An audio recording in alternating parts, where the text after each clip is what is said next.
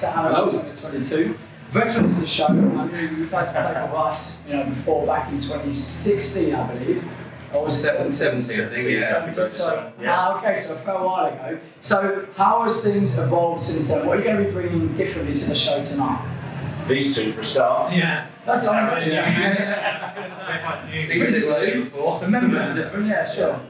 But yeah, apart from that, we've got the new album to play, and we've got a nice sort of fancy lighting set up, and we've spent a few months sort of meticulously putting everything together like into a proper set, made more of a show of it rather than sort of doing a song and finishing the song, trying to make a big show of everything. So hopefully it'll all blend together and just be one big thing. Right. Yeah, and the thing with you coming back is you're not just coming back to Hammerdown, but you're also coming back to this venue in particular because you guys have shot some of your videos here, right? Yeah. Indeed, yeah. Not too bad back into it, right? Yeah, we shot Son of Fire here. Nice. One of our songs. That was a great day. So we met Howie, the venue owner. Great guy, really loved him, allowing us to film it, and then obviously the festival's here, so it's a great homecoming for that. So playing that in the venue will be fun because we won't be miming. Looking forward to getting back on stage. We'll play it once, not like 20 times. Yeah. We got bored of it that day. So I think with the direction you've gone with Resurgence, it's also, the direction hasn't just changed, but it's also the best work you guys have put together today. I'm sure that's probably What a stretch, yeah. It's a lot more polished, it's a lot more crisp and clean, and it's like, what do you think has influenced the development of the band for this particular record? Why do you think it is better than the others? If you agree with me on that, it is better. Yeah, I do agree, yeah. Again, these two. Really. You both work extremely well as vocalists together, so writing the vocal melodies and stuff came in handy between these guys. That's been a big change to me. Sam's got such a variation in what you can do vocally. It means that we can go in different directions completely. We can make it really heavy, we can make it really melodical, we can combine the two. We recently played a show in Brighton actually with Viscera. Okay. Jamie Graham, the vocalist, said to me after the show, he's like, you've got 5 vocalists out there, haven't you? No, just the two of us, but between the two of us, we can do so many different kind of things. Sure. That is the biggest thing for me personally, the vocals with the new album. Obviously the songwriting as well from Sam has been brought in. Obviously Jordan's drumming ability has been able to maybe raise things up a little bit compared to previous work. Russ, our last drummer, was always a fantastic drummer, but Jordan's maybe a little bit more technical. We can go in slightly different directions that way. So more speed. Maybe speed, yeah. Push Simon to up his game as well now. Sort of Sam.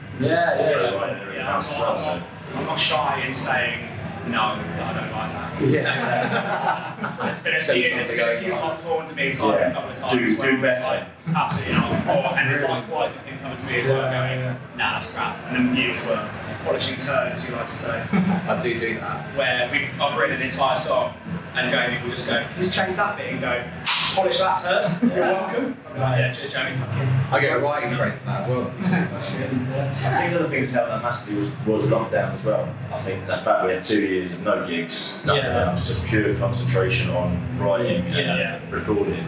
And it showed that we weren't squeezing it in a 6-week period between tours and things like that. We actually had a proper fucking period to put it together. And I think that's what's shown as well. I think it's with a lot, but you listen to so much stuff that's coming out in a minute. There's so bigger bands and things like that, and you can tell they've had 2 years in the studio. You don't achieve that in 6 weeks or 6 months. And I think that's lockdown, shit as it was, has actually been a bit of beneficial. So there has been a little bit of a chopping and changing the lineup. You mentioned sometimes you guys butt heads in the creative process. And I know obviously you're also friends with the DX members anyway, so but how do you guys fit into the mesh? Obviously it sounds like you're very much involved in the creative process then. Is it something that all of you are involved with every time? How does it work with you guys? I think it varies with situations. Yeah. I know when it came to this latest album, I was furloughed, so I was at home during COVID. So you have more time? Yeah, exactly, yeah. So I was at home for 10 weeks and I got Cubase and an interface and managed to record all of my vocals at home during that period. I think I did like 1 song after I went back to work, something like that. But I had that amount of time, whereas Christensen was still working through the whole thing. So he didn't contribute as much to this album as the last, I'd say. But it's all circumstance, really. Yeah, that makes sense. So how do you guys balance out all the busy stuff you do with JMD, having kids? Simon's obviously the senior keeper who were here last night. You guys have all got a lot going on, right? How do you balance all of that out and still deliver the kind of work that you do with being in? The fact is, we enjoy it. We love doing it. Yeah. So it's not a chore. It's not something to do. This is It's an escape. the reason. It's the 100%, reason. The reason we do this, or the reason we do everything else, the reason we go to work and do that, and have all the home life and stuff, is so that we can have that time away, sort of thing. So Yeah, I don't maybe think like- any of us got a holiday in about 5 years because we Sure, got yeah. holidays booked. It is like tricky. shows, but I've never been like so, what's the word, insistent on a calendar before in my life. Really? Because as you get busier, Yeah. we've all got a calendar, like a group calendar we can share. As soon as someone's got something booked in, family thing, birthday party, Stick it in. all the rest of it straight in the calendar. Yeah. And then I'm kind of the opinion that if we get offered a show and there's nothing in the calendar, then we're playing the show. That's Yeah. kind of how it works. Yeah. Yeah. That makes sense. Can be a bit as narcissistic maybe, but if it doesn't get filled, it will get filled.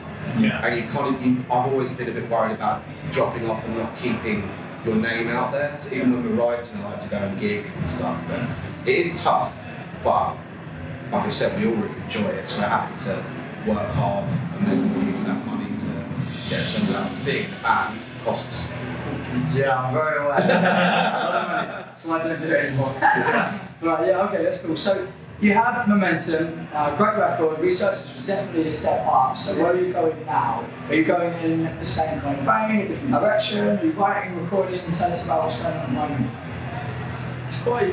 I mean, I'll give an answer a bit, but we haven't really discussed where we want to go. Sure. Because I think we haven't necessarily looked at it too much. It's been very much this year. It's been about gigging as much as we can because of the lack of being able to gig it straight away, and the business of it and everything, and our calendars is generally seen. So I think it's more we wanted to get out gigging as much as we can. So we have now started to discuss like should we start writing. The things that I've started writing, I'm in my head anyway.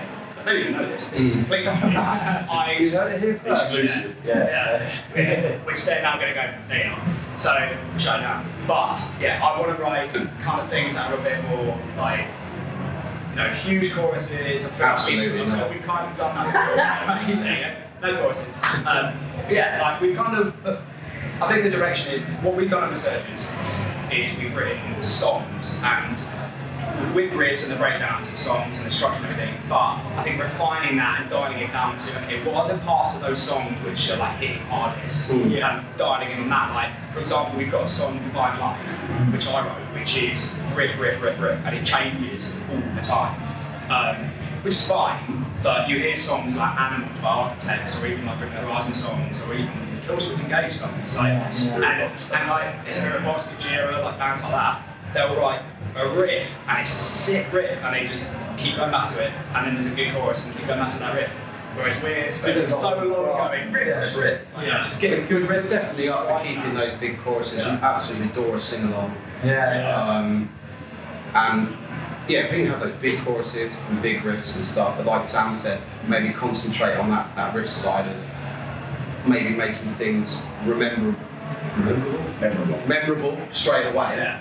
So instantly, as soon as you've heard it, then you're going to hear some more of it, and people just click onto that and be able to grab hold of something really quickly. Yeah, like a riff which is almost iconic, or like you start a song and you go, that song. This is the song. It's not like, there's so much stuff going on. It's more like, here's a good idea, let's expand that idea rather than add loads to it. It's almost simplistic, but refinement is the kind of direction Kind of that 80s thrash kind of riff. We've done a bit of that. Yeah. I know you said you wanted to go even heavier, so it's probably going to be a mix of like songs. Maybe like a song, like we'll throw a song or an album that's just absolutely filth the fruit. It's graceful. Yeah. It should be banned. We'll get 7 strings out. The thing is, you guys do have those big sing-alongs, and obviously this is a hometown show for you. There's going to be a lot of BA shirts out there today. So what are you going to do differently for the fans tonight? What is this show all about for you guys? Exactly that, putting on a good show. Like I say, we haven't played in Worthing since 42's gone. Sure. So there isn't that option, that place for the amount of people, like you say, who seem to like us and enjoy our company, enjoy our music. So we just want to put on a great show. And brought back a couple of songs. We've got another track back off Momentum as well. I'd say for that sing along and that little bit of I say nostalgia, but obviously it's not actually that old, is it? Yeah. It feels like it was about 20 years ago that came out. But it was, So that's pretty much what it's about tonight. Is giving it to them. You know, we watched Steve and Akira. We know that the 500 before us who are going to kill it because they always do. We need to be there doing that. You know, we need to make sure that we're not shrinking by that afterwards, and we come out and we. It's going to be a warm one. Really, again, thank you so damn much. Everybody, if you haven't checked out Resurgence, check out the album and keep an eye out for new stuff coming soon. Thanks, guys. Thank you.